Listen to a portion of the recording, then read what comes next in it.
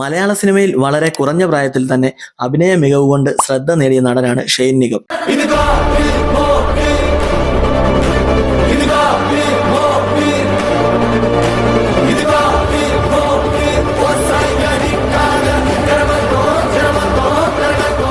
ചില സമയങ്ങളിൽ വിവാദങ്ങളും വിലക്കുകളും നേരിട്ടെങ്കിലും തന്റെ അഭിനയത്തിലൂടെ വീണ്ടും പ്രേക്ഷകരുടെ മനസ്സിലേക്ക് തിരിച്ചെത്തിയ ഒരു നടൻ കൂടിയാണ് ഇദ്ദേഹം. 1995 ഡിസംബർ 21 കൊച്ചിയിലാണ് ഷെയ്ൻ നിഗം ജനിച്ചത്.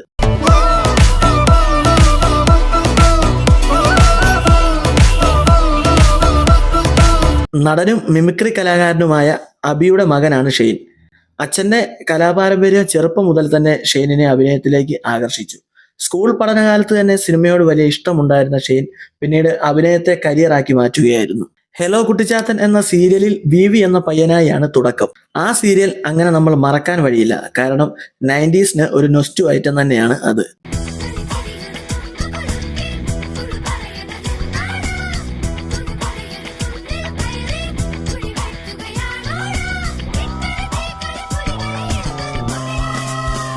പക്ഷെ ആ സീരിയൽ തുടങ്ങുന്നതിന് ഒരു വർഷം മുൻപ് 2007 അമൃത ടിവിയിൽ സൂപ്പർ ഡാൻസർ ജൂനിയർ എന്ന റിയാലിറ്റി ഷോയിൽ ഷൈൻ ഓഡീഷനിൽ പങ്കെടുത്ത് പുറത്തായതാണെന്ന് നമ്മൾ അറിയുന്നത് ഒരു പക്ഷേ വർഷങ്ങൾക്കിപ്പുറം അദ്ദേഹം ഒരു ശ്രദ്ധിക്കപ്പെടുന്ന നടൻ ആയപ്പോഴാകും. 2009 പുറത്തിറങ്ങിയ താന്തോന്നിയിൽ ചെറിയ വേഷത്തിലൂടെയായിരുന്നു സിനിമയിൽ എത്തിയത്. അതിനുശേഷം കുറച്ചു വർഷങ്ങൾ ചെറിയ കഥാപാത്രങ്ങൾ ചെയ്തെങ്കിലും വലിയ ശ്രദ്ധ ലഭിച്ചില്ല.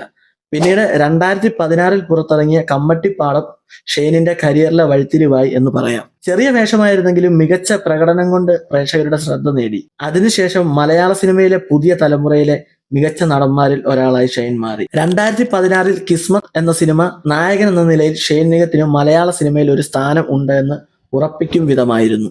നിരൂപക പ്രശംസയും മികച്ച ബോക്സ് ഓഫീസ് വിജയവും ഈ ചിത്രം നേടി. പിന്നീട് ഷൈൻ ചെയ്യുന്ന സിനിമയെല്ലാം പുള്ളി ഒരു മികച്ച നടൻ ആണെന്ന് ഉറപ്പിക്കുന്ന തരം ആയിരുന്നു.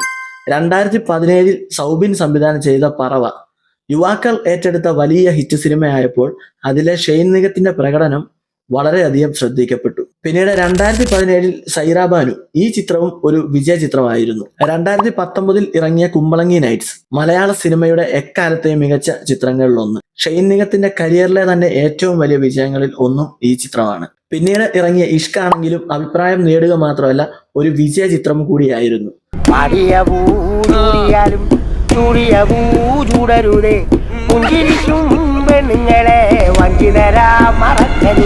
പിന്നീട് 2022 OTT റിലീസായി വന്ന ഭൂതകാലം വളരെ മികച്ച സിനിമയായപ്പോൾ ഷൈനിന്റെ അഭിനയവും അതിലും മികച്ചു നിന്നു. 48 മണിക്കൂറിലപ്പുറം ഒരാൾ ഉറങ്ങാതിരുന്നാല് കാണാത്തതും കാണും, കേൾക്കാത്തതും കേൾക്കും. എന്നാൽ അതിനുശേഷം പുള്ളിയുടെ മോശം സമയം എന്ന് വേണമെങ്കിൽ പറയാം. കാരണം 2022 റിലീസായ വെയിൽ എന്ന സിനിമ റിലീസിന് മുൻപ് തന്നെ വലിയ വിവാദങ്ങൾ ഉണ്ടാക്കിയ ഒരു മൂവിയായിരുന്നു ഇത്.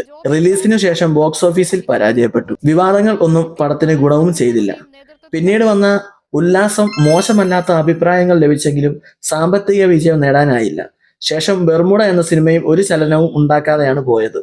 കൊറോണ പേപ്പേഴ്സ് 2023 ഇറങ്ങിയ ഈ സിനിമ സംവിധായകൻ പ്രിയദർശന്റെ ചിത്രമായിരുന്നെങ്കിലും പ്രതീക്ഷിച്ച കളക്ഷൻ പോലും നേടാനായില്ല.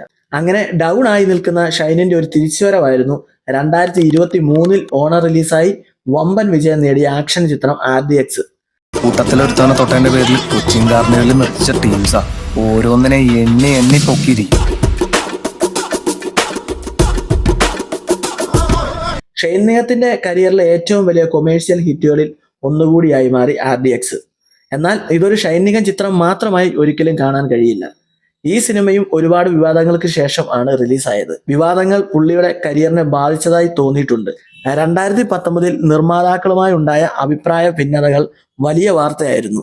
ഷൂട്ടിംഗ് വൈകിപ്പിക്കുന്നു, സഹകരിക്കുന്നില്ല തുടങ്ങിയ ആരോപണങ്ങളും ഉയർന്നതോടെ ചില സംഘടനകൾ ഷെയ്നിനെതിരെ നടപടികൾ സ്വീകരിക്കുകയും സിനിമകളിൽ നിന്ന് താൽക്കാലിക വിലക്ക് വരികയും ചെയ്തു. പിന്നീട് ചർച്ചകളിലൂടെ പ്രശ്നങ്ങൾ പരിഹരിക്കപ്പെട്ടുവെങ്കിലും നമ്മുടെ ബാസിയുടെ അകക്കൂട്ടത്തിലേക്ക് ഇയാളെ മാറ്റി നിർത്തിയതുപോലെ തോന്നി. പുള്ളിയുടെ ആറ്റിറ്റ്യൂഡും സംസാര ശൈലിയും ഒക്കെയാണ് അതിന് ഒരു കാരണം. പക്ഷേ പുള്ളിയുടെ ആ പ്രായത്തിൽ പിന്നെ മമ്മൂക്കയുടെ ശൈലിയിൽ പെരുമാറാൻ പറ്റില്ലല്ലോ. അയാളുടെ പഴയ റിയാലിറ്റി ഷോയിൽ സംസാരമൊക്കെ കാണുമ്പോഴും നമുക്കറിയാം പുള്ളിയുടെ ചെറുപ്പം മുതലേ ആ ഒരു രീതിയാണ് എന്ന്. അതിന് പുള്ളി അലമ്പനാണ് എന്നൊക്കെ പറയുന്നതിൽ എന്തർത്ഥമാണുള്ളത്? അയാളിലെ നടനെയല്ലേ നമ്മൾ ഇഷ്ടപ്പെടുന്നത്. മദ്രാസ്കാരൻ എന്ന ചിത്രത്തിലൂടെ ഇപ്പോൾ ഷെയ്ൻ നിഗം തമിഴ് സിനിമയിലേക്കും അരങ്ങേറ്റം കുറിച്ചുവെങ്കിലും വലിയ പ്രതീക്ഷയോടെ എത്തിയ ഈ ചിത്രം ബോക്സ് ഓഫീസിൽ മികച്ച വിജയം നേടാനായില്ല. എങ്കിലും തമിഴ് സിനിമയിലേക്കുള്ള ഷെയ്ൻ നിഗത്തിന്റെ ആദ്യ ചുവടുവെപ്പായി ഇത് ശ്രദ്ധിക്കപ്പെട്ടു. 2025 ഇറങ്ങിയ ബൾട്ടി ആണെങ്കിലും നല്ല അഭിപ്രായങ്ങൾ വന്നിട്ടും ഒരു ശരാശരിക്ക് മുകളിലുള്ള ബോക്സ് ഓഫീസ് പ്രകടനം മാത്രമാണ് കാഴ്ചവെച്ചത്. OTT റിലീസ് പോലും ആയിട്ടില്ല എന്നാണ് തോന്നുന്നത്. ഇപ്പോൾ ലാസ്റ്റ് ഇറങ്ങിയ ദൃഢം ആണെങ്കിലും അത്യാവശ്യം മികച്ച ഒരു സിനിമയായിട്ട് കൂടി എഴുത്തിലെ വലിച്ചുനീട്ടൽ കൊണ്ടൊക്കെ ആവും ഒരു വിജയം ആയില്ല. എന്നിരുന്നാലും ഒരിക്കലും ഒരു മോശം ചിത്രമല്ല ഇത്. വളരെ ചെറുപ്പത്തിൽ സിനിമയിലെത്തി നിരവധി ഉയർച്ചകളും താഴ്ചകളും നേരിട്ടിട്ടും അഭിനയ മികവിലൂടെ സ്വന്തം സ്ഥാനം ഉറപ്പിച്ച നടനാണ് ഷെയ്ൻ നിഗം. വിവാദങ്ങൾക്കപ്പുറം കഥാപാത്രങ്ങളിലൂടെ സംസാരിക്കാൻ ഇഷ്ടപ്പെടുന്ന ഈ നടൻ വരും വർഷങ്ങളിൽ മലയാള സിനിമയിൽ തന്നെ മാറ്റി നിർത്താൻ പറ്റാത്ത നടന്മാരിൽ ഒരാളായി തുടരും. ഷെയ്ൻ നിഗത്തിന്റെ ഏത് സിനിമയാണ് നിങ്ങൾക്ക് ഏറ്റവും ഇഷ്ടപ്പെട്ടത്? കമന്റിൽ അറിയിക്കൂ.